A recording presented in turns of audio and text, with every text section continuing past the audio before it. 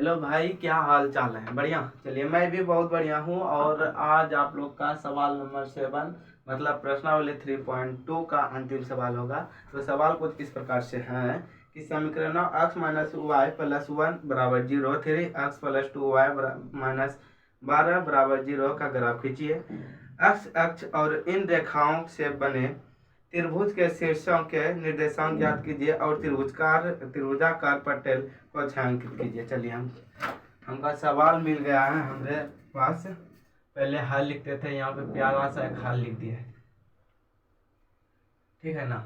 यहाँ लिख दिए हल, ठीक है। हल लिख दिए। हल लिखने के बाद जो जो दिया गया है वो चीज लिखते हैं। दिया गया है, क्या क्या दिया गया है? तो दिया गया है x माइनस वाई दिया गया है, और फिर माइनस का 1 बराबर का 0, ये है ना। x माइनस 1 प्लस, ठीक है। उसके बाद फिर कितना है? 3x प्लस का 2y और उसके बाद फिर माइनस का 12 बराबर का 0, ये चीज़ है। चलिए, ये चीज़ हो गई। अब हम लोग हल करते हैं, ठीक। समीकरण फर्स्ट से चलते हैं। यहाँ लिखते हैं समीकरण फर्स्ट से, इसको समीकरण फर्स्ट, इसको समीकरण सेकेंड मान लेते हैं। समीकरण फर्स्ट में क्या कहता है? x माइनस वाई और फिर बराबर का माइनस का 1। माइनस 1 कैसे दिए पता है ना? ये बराबर का ये साइड है, बराबर का वो साइड भेजे तो माइनस का 1 हो गया, ठीक है। उसके बाद देखते हैं, माना x बराबर 0। x बराबर कितना मान लिए?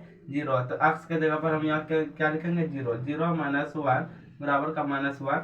ये देखो 0 का कोई वैल्यू नहीं है, माइनस और माइनस प्लस, अर्थात y बराबर कितना हो गया मेरा? 1, ठीक है ना। ये मेरा बिंदु निकल गया, जिसको नाम देते हैं P बिंदु। P बिंदु कितना हो गया?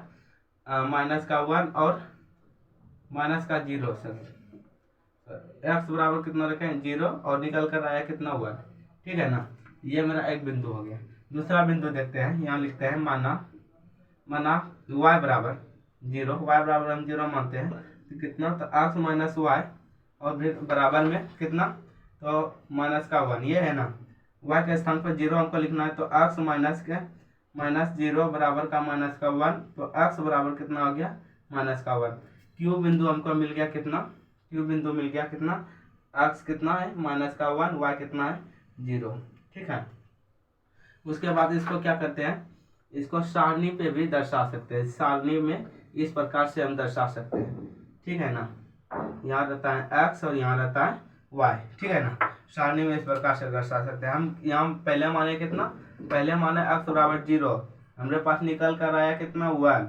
दूसरे में y बराबर कितना माने? 0, हमारे पास x कितना मिला?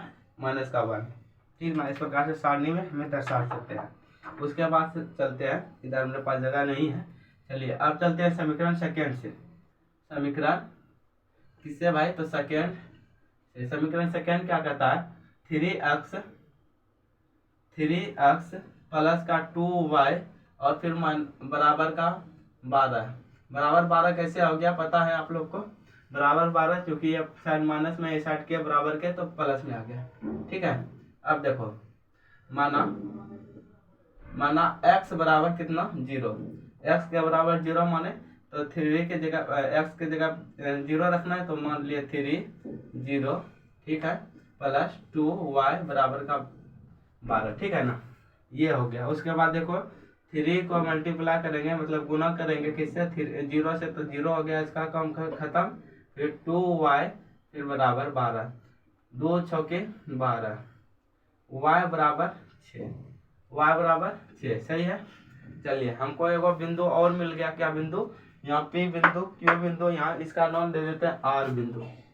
R बिंदु कितना मिल गया? तो मिल गया मेरे पास 0 और 6, ठीक है ना। अब देखो, माना उसी प्रकार से अब क्या मानेंगे? माना y बराबर कितना है? y बराबर मान लिया अब 0, ठीक है ना। चलिए, 3x प्लस का 2y बराबर का कितना है? तो 12 है, यही है ना। y के जगह पर 0 रखना है हमको। 3x है और फिर प्लस है 2y के जगह पर 0, उसके बाद फिर 12, ठीक है। उसके बाद देखो, 2 से गुना करेंगे 0 को, तो 0 अर्थात 3x हो गया, और फिर 3x और फिर बराबर में 12, ये है ना। 4 तिहाई में 12, 4 निकल कर आया 3, x बराबर कितना निकल मेरा, x बराबर यहाँ पे 4, ठीक है ना। अब देखो P बिंदु, Q बिंदु, R बिंदु, इसका नाम दे देते हैं S बिंदु। S बिंदु कितना निकला मेरे पास, तो 0 निकला, 4 और 0, ये है ना। इसका 5 नहीं समझिएगा, ये है S बिंदु, ठीक है ना। चलिए इसको सारणी में दर्शा सकते हैं इस प्रकार से, सारणी में हम दर्शा सकते हैं इस प्रकार से। यहाँ x रहता था, यहाँ y रहता था। x हम पहले माने कितना 0, y कितना निकल कर आया 6 आया। उसके बाद फिर देखो फिर यहाँ देखो x कितना माने थे 0, y कितना निकल कर आया 4, ठीक है, ये चीज है ना। चलिए अब हम लोग क्या करते थे, ये हो गया। आप किस में दर्शाना है हमको दर्शाना है किस पर भाई, तो हमको ग्राफ खींचना है, ठीक ना। ग्राफ खींचने के लिए हमको स्केल का जरूरत पड़ेगा यहाँ पर, परफेक्ट ग्राफ खींचने के लिए, ठीक है ना। यहीं पर ग्राफ बनाते हैं आप लोग के लिए, ठीक।